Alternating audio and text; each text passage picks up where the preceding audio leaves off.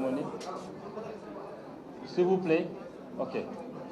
Bonjour donc à toutes et à tous et bienvenue à cette conférence de presse du sélectionneur national du Sénégal, M. Aliou Cissé, qui va publier aujourd'hui la liste des 26 joueurs devant représenter le Sénégal à la prochaine Coupe du Monde Qatar 2022. Et M. Cissé est accompagné par M. Cheikh Tidiane Seck, responsable des compétitions internationales, M. Victor Ciss, secrétaire général de la Fédération sénégalaise de football, et des membres également du comité exécutif, entre autres. Et cette conférence de presse va durer 45 minutes. Donc pour les 30 premières minutes, nous allons faire ça en français. Et les 15 minutes, on va faire le Wolof. S'il vous plaît, les photographes, quand on aura commencé, s'il vous plaît, vous pouvez bien éteindre vos flashs pour permettre aux caméramans de bien faire leur travail. Coach, vous avez la parole. Oui, merci beaucoup, Kara. Bonjour à tous. Tout d'abord, avant de commencer cette publication de liste, j'aimerais vraiment rendre hommage à un de vos confrères, un frère à nous, Salif Diallo, qui a été en collaboration sur ces 20 dernières années, je peux dire, avec tous les sélectionneurs qui sont passés ici. Nous prions pour lui, que la terre soit légère sur lui.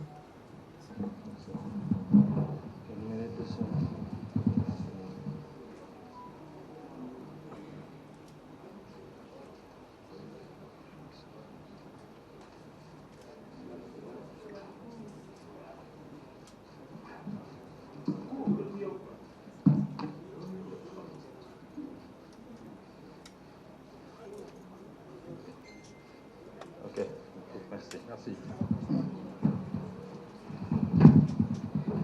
Merci beaucoup. Kara a fait déjà l'introduction. Soyez tous les bienvenus ce matin pour la publication de la liste de 26 joueurs concernés, retenus pour la Coupe du Monde au Qatar. Comme vous le savez, on est dans un contexte exceptionnel qui nous pousse à avoir des choix exceptionnels.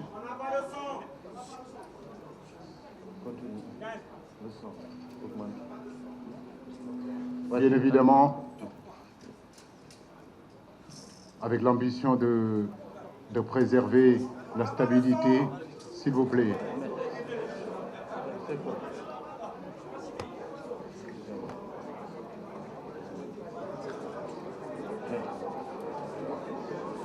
Allez-y, coach. Écoute, bon, coach, écoutez, s'il vous plaît.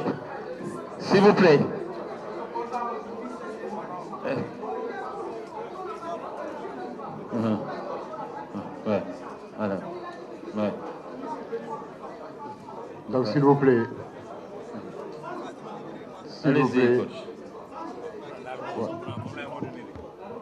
Donc, je répète.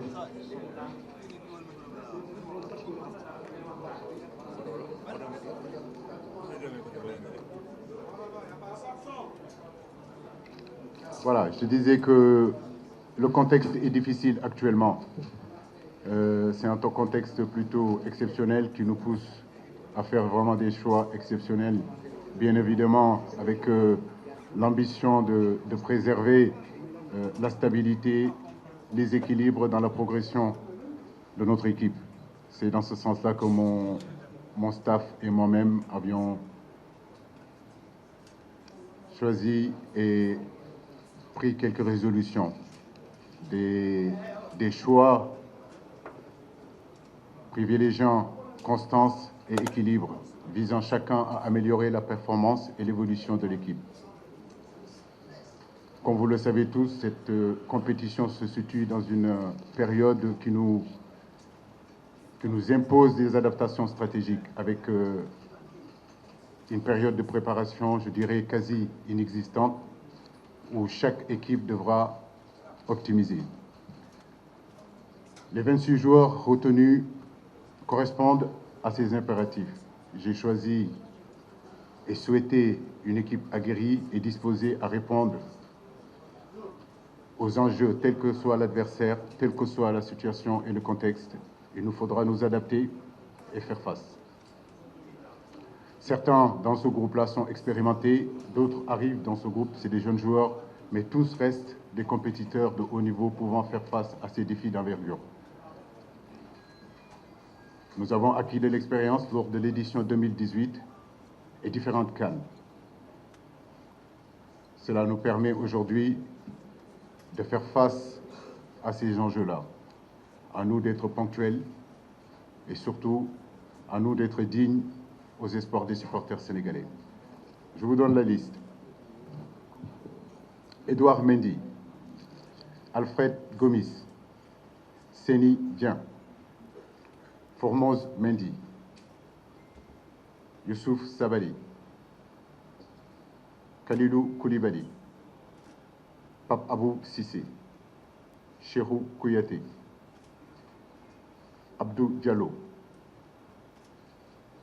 Balo Touré, Ismaïli Jacob, Pathé Sis, Nampalis Mendy, Idrissa Gana Gueye, Pape Matar Sarr, Pape Gueye, Moustapha Nam, Loum Ndiaye, Nicolas Jackson, Sadio Mané, Ismaïla Sarr, Crépin Diatta, Famara Djedjou, Boulaye Dia, Iliman Ndiaye et Bamba Dieng. Merci. Merci, coach. À présent, nous allons ouvrir une liste de questions. Doucement, s'il vous plaît, vous en aurez. Vous aurez vos listes. El Hadj Malick Ndiaye. Qui d'autre?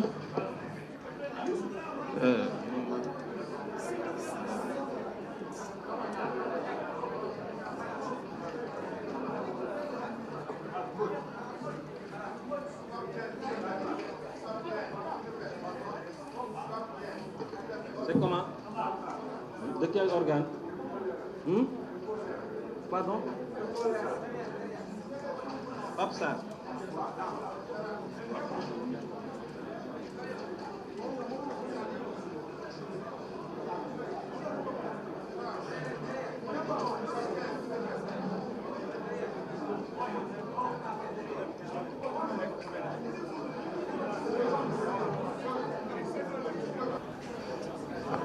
Alors, nous allons donc El Hadj Malick, s'il vous plaît, El Hadj Malick Ndiaye, Sud FM. Bonjour coach. Bonjour Malick. Moi j'avais deux questions à vous poser. La première, quelles sont les dernières nouvelles concernant Sadio Mané? La deuxième, que représente cette Coupe du Monde pour vous? Je vous remercie. Merci. Vous passez le micro à... Merci. Ndeye Marème Ndiaye se prépare. Ndeye Marème, vous passez à Ndeye Marème. Oui. Ok.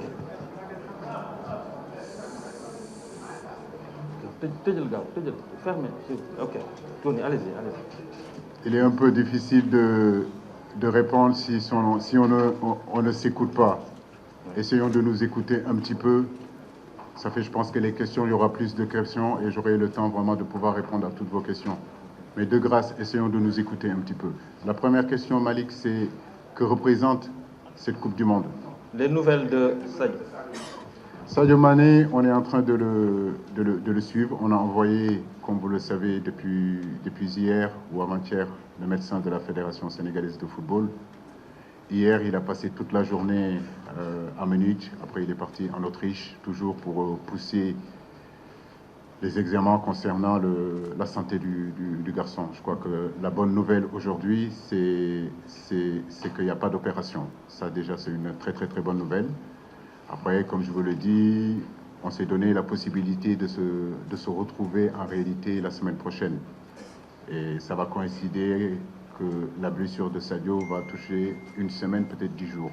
Et à partir de là, on fera un autre IRM de contrôle pour voir l'évolution de cette blessure-là. J'ai préféré le garder dans le groupe parce que c'est des situations qu'on a déjà connues à un degré moins avec Ismaïla Sarr à la CAN. On a su bien le gérer. Sadio est un joueur à part dans notre effectif. Donc il est important de continuer sur sa blessure en espérant en tout cas d'ici 2 semaines ou 3 semaines, il y aura une évolution. Mais nous sommes vraiment optimistes. Et comme je vous le dis, au niveau de la réglementation, j'ai le temps de faire un changement. Donc ça veut dire que juste avant notre premier match, il y a une possibilité de changer. Mais en tout cas, on se donnera tous les moyens nécessaires pour pouvoir justement récupérer Sadio Mané. La deuxième question, c'est à quoi ressemble cette Coupe du Monde? Qu'est-ce que cette Coupe du Monde représente pour vous? Mais regardez la salle, vous voyez que je n'ai pas besoin de répondre. Donc je pense que vous connaissez déjà la réponse. Aujourd'hui, nous avons travaillé très dur pendant des années pour amener cette équipe-là à ce niveau. Au départ, quand je venais d'arriver, il y avait dizaines de journalistes. Aujourd'hui, ça me fait plaisir de voir que tous les journalistes du pays, du continent, du monde entier sont là.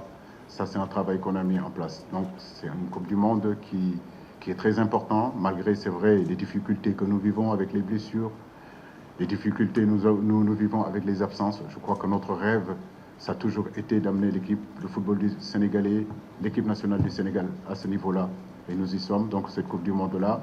Malgré les difficultés, nous y allons aussi avec beaucoup d'ambition, beaucoup d'humilité et surtout, comme je le dis, essayer en tout cas de faire le maximum match après match pour justement atteindre les objectifs qui sont fixés, c'est-à-dire pourquoi pas gagner la Coupe. Merci. Ndeye Marème Ndiaye. Bonjour coach, bonjour tout le monde. Ma question est de savoir comment, si toutefois Sadio Mané se... Vous m'entendez? Oui, éloigne le micro parce que ça... Ouais. D'accord. Alors, si toutefois Sadio Mané serait forfait, on ne le souhaite pas, comment comptez-vous organiser l'attaque sénégalaise? Écoutez, perdre Sadio Mané, ce n'est pas quelque chose de mince pour un entraîneur, pour l'équipe, je dirais même pour le football africain. Aujourd'hui, on n'a pas envie d'y penser, mais forcément, on est obligé d'anticiper au cas où Sadio Mané serait absent. Mais pour l'instant, comme je vous l'ai dit, on a encore le temps devant nous. Je n'ai pas envie de parler d'absence de Sadio Mané, même si au fond de ma tête, j'essaie de m'y préparer. Nous donnerons les moyens, en tout cas, de pouvoir récupérer Sadio. Effectivement, on a encore une dizaine de jours devant nous qui nous permettra de voir est-ce que l'évolution de cette blessure continue à se cicatriser ou effectivement il faut changer de joueur. Mais pour l'instant, il n'est pas question de changer quoi que ce soit. On garde les 26 joueurs qui sont là. Nous verrons au fur et à mesure des jours et des semaines. Merci. Fatima Silla. Bonjour tout le monde. Bonjour coach. Ma question c'est par rapport à votre personne. C'est votre 3e Coupe du Monde. Vous l'avez joué en tant que joueur. Vous l'avez fait en tant que joueur. Là, vous y allez en tant que coach pour la 2e fois consécutive. Qu'est-ce que ça représente personnellement pour vous? Qu'est-ce que ça vous fait? Merci. Merci Fatima. Une fierté parce que tout petit, j'ai toujours rêvé de jouer une Coupe du Monde et gagner une Coupe du Monde. À l'époque, je ne connaissais pas beaucoup la Coupe d'Afrique. Comme tout garçon aujourd'hui du Sénégal, issu aujourd'hui de ce pays-là, la première chose que vous entendez, les garçons, c'est « j'ai envie d'être international, j'ai envie d'aller à la Coupe du Monde, j'ai envie de gagner la Coupe du Monde ». Donc je suis très fier de ce parcours-là, étant capitaine de l'équipe nationale en 2002, ayant la chance aujourd'hui d'amener cette équipe-là 2 fois à la Coupe du Monde, c'est une vraie fierté. C'est une vraie fierté. Mais cela ne pouvait pas se faire aussi avec le staff, les joueurs, tous les gens qui sont à côté, la fédération qui m'a donné la possibilité de pouvoir faire mon travail. Donc c'est un travail d'ensemble. Et aujourd'hui, je remercie tous les gens qui ont contribué à ça. Merci. Elhaj Papa Dieng. Merci Kara et bonjour. Merci. Bonjour coach. Bonjour cher Sec, président chargé des équipes nationales. Bonjour Victor, secrétaire général de la fédération. Coach, je ne vais pas vous poser de questions. Vous avez répondu presque à toutes les questions qui vous seront posées dans cette salle, puisque c'est la 3e participation du Sénégal à la Coupe du Monde. mais plutôt des encouragements et des accompagnements pour avoir atteint les objectifs continentaux. Nous vous souhaitons une bonne participation en vue d'atteindre nos ambitions mondiales. Je vous remercie. Merci beaucoup. Ça me fait chaud au cœur. Nous espérons être dignes justement des espoirs que vous posez sur nous. Et avec vos prières, Inch'Allah, on sera capable d'aller encore plus loin. Merci beaucoup. Merci. Thierno Diallo, Atlantic FM. Bonjour coach. Bonjour monsieur Kaba, bonjour président Chersek, bonjour monsieur Victor. Bonjour coach. Ce n'est pas une question mais c'est une information que je tiens à vous rappeler que les Pays-Bas dont nous jouons aujourd'hui notre premier match est une équipe spécialiste du 3-5-2.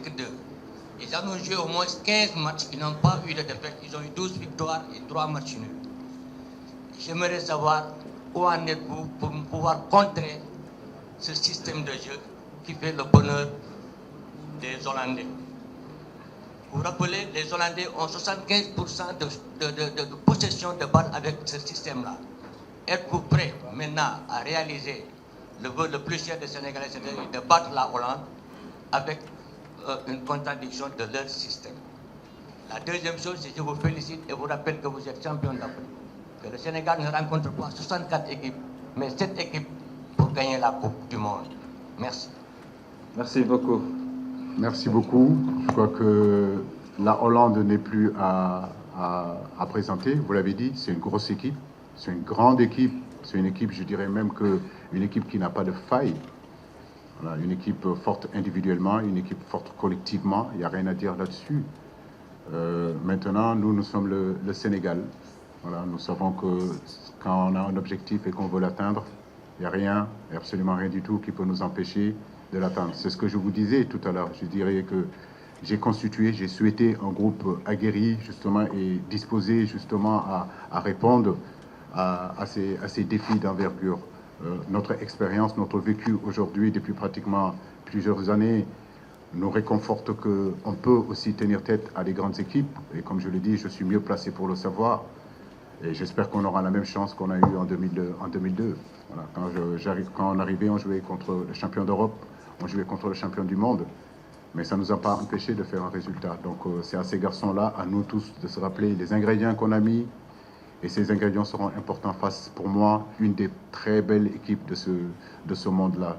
J'ai envie de dire que c'est une finale avant la lettre. Voilà, parce que la Hollande, effectivement, est une très bonne équipe. Mais comme je vous l'ai dit, depuis quelques années, nous sommes le Sénégal. Et nous faisons des choses qui peuvent nous donner un peu plus de confiance et aborder justement ces matchs-là avec beaucoup de sérénité. Merci. À présent, Babacar Fall, RFM. Le micro, s'il vous plaît. Babacar, ça me fait plaisir de te voir. C'est la première fois que tu viens depuis longtemps. En fait, tu viens seulement que les grands rendez-vous, toi. N'est-ce pas? À part qu'il n'y a pas de Fall sur ta liste. Alors, la première question, c'est finalement pour Saliou 6, le meilleur latéral gauche de la dernière CAN, qui n'est pas dans votre liste. Deuxième question, votre contrat, les termes vous satisfont? Est-ce que, entre-temps, vous avez eu d'autres propositions de club ou de sélection? Merci. Merci, Babacar. Oui, Saliou 6.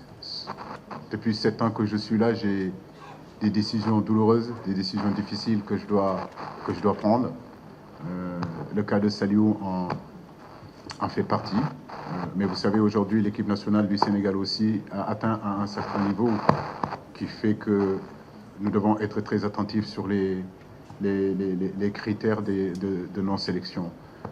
Aujourd'hui, il est difficile de sélectionner un joueur qui n'a pas de club. Je sais que sa situation est difficile, mais depuis le départ, en fait, on est avec lui. Je n'ai aucun doute qu'il reviendra dans cette sélection-là quand sa situation se réglera. Mais il est très important aujourd'hui d'envoyer un signal fort à tous les autres joueurs aussi, sénégalais, que pour venir dans cette équipe nationale-là, il y a quand même des critères à remplir. Et ces critères-là, en réalité, en premier, c'est d'abord avoir un club. Et ça, c'est pour le respect, justement, et le professionnalisme, le respect que nous avons pour Saliou, et surtout le respect que nous avons pour l'institution qu'est la Fédération sénégalaise de football, qu'un joueur qui n'a pas de club ne peut être sélectionné nulle part dans cette institution-là. Voilà. Maintenant, la deuxième question, c'est le contrat.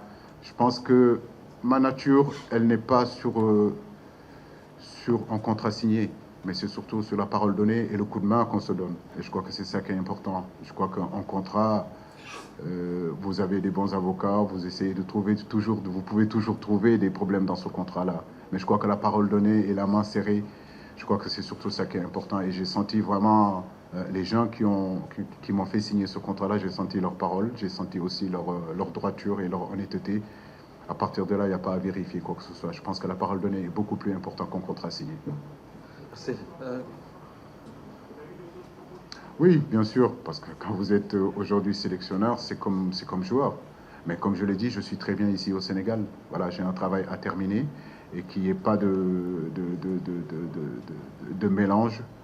Il y a un boulot ici que je dois finir et ce boulot-là doit finir justement, Inch'Allah, en 2024 et on continuera à faire et à œuvrer à faire tout ce qu'on peut pour justement aider notre pays, aider notre continent à aller de l'avant. Merci. Grégoire.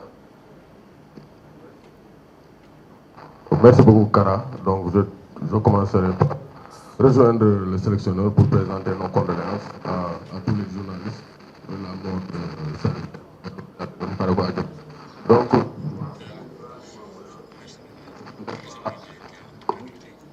allez-y. Voilà, je ne vais pas me présenter sur la liste, mais tout le monde parle des Pays-Bas. Mais rappelons-nous en 2018, on a battu la Pologne qui était. Grégoire, wàcce le micro bi nga wax voilà. Bàyyil micro bi bàyyil micro bi. Grégoire base bi dafa bëri quoi waxal sans. Génne ci baat bi. waaw.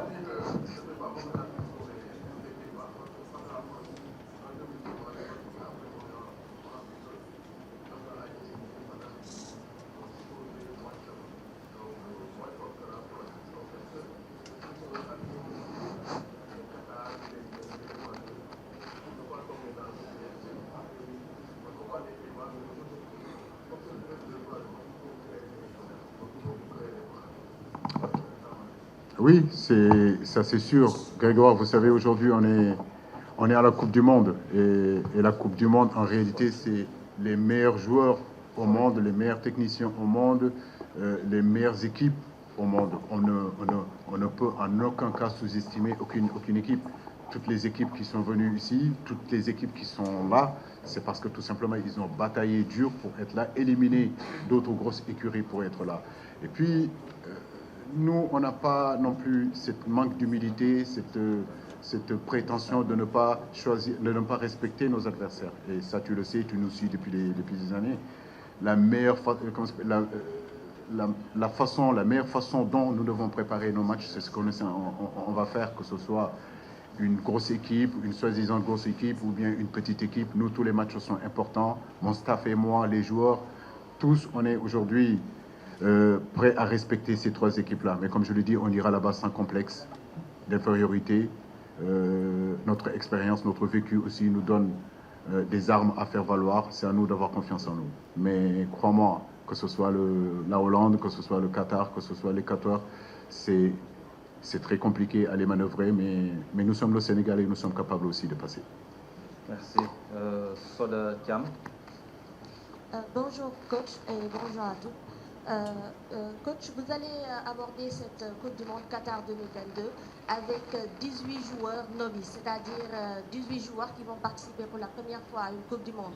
Et vous y allez avec 8 joueurs seulement qui étaient là en 2018. Comment est-ce que vous comptez gérer le groupe? Et est-ce que aussi, tout à l'heure vous l'avez dit, vous avez retenu des leçons concernant la dernière participation du Sénégal à travers donc les avertissements, les cartons jaunes. Est-ce que vous avez conscientisé les joueurs sur cela également? Merci. Écoutez, je ne peux pas retenir mes joueurs. Moi, je pense que mes joueurs doivent jouer libérés, sans pour autant penser au carton, etc. C'est très pertinent ce que tu dis, et je l'ai dit aussi. J'ai dit que certains sont expérimentés, d'autres le sont moins, mais en réalité, c'est tous des compétiteurs de haut niveau pouvant justement faire face à ces défis d'envergure. Maintenant, comme je vous le dis, depuis 2015, je suis à la tête de cette équipe nationale. En 2012, on était aux Jeux Olympiques. C'est la base de cette équipe-là. En 2015, je suis parti avec eux. Mais si vous regardez de 2015 à 2019, l'équipe, bien sûr, a évolué, a très bien évolué. De 2019 à 2022, l'équipe a pu aussi s'est améliorée. Bien sûr, c'est ça le football. L'équipe nationale, c'est une porte d'entrée, c'est une porte de sortie. C'est des joueurs qui doivent arriver, c'est des joueurs qui doivent aussi assurer leur place au sein de cette tanière. La blessure de Bounassar, je n'y peux rien. Un garçon comme Saliou, sa situation aussi, je n'y peux pas grand-chose. Bien sûr que c'est des garçons que j'aurais bien aimé amener et rester dans ce constance-là, dans cet équilibre-là. Mais tant bien que mal, on a essayé quand même de rester dans cette constance et cet équilibre-là. Merci. Et on prend la toute dernière question en français. Oui, monsieur. C'est le nom? Bakary. Bakary Cissé. Coach. Oui. Bonjour, coach. Oui, allô? Bakary. Oui, Bakary, allez-y. Coach. Le micro. Je suis tout à l'heure à faire un peu de calcul par rapport à votre liste. Et j'ai constaté que vous avez gardé 96% de l'ossature qui était à la Coupe du Monde, à la Coupe d'Afrique plutôt, avec des certitudes et des acquis. Aujourd'hui, que l'équipe du Sénégal ne joue pas de match amical avant le début de la compétition, n'êtes-vous pas inquiet de subir de petites perturbations dans votre organisation si on sait qu'il y a beaucoup de joueurs qui ont subi ça et là des petits coups dernièrement? Je veux parler de Abdou Diallo, Kalidou Koulibaly, et surtout Sadio Mané. Merci. Ma deuxième question, s'il vous plaît, elle est relative à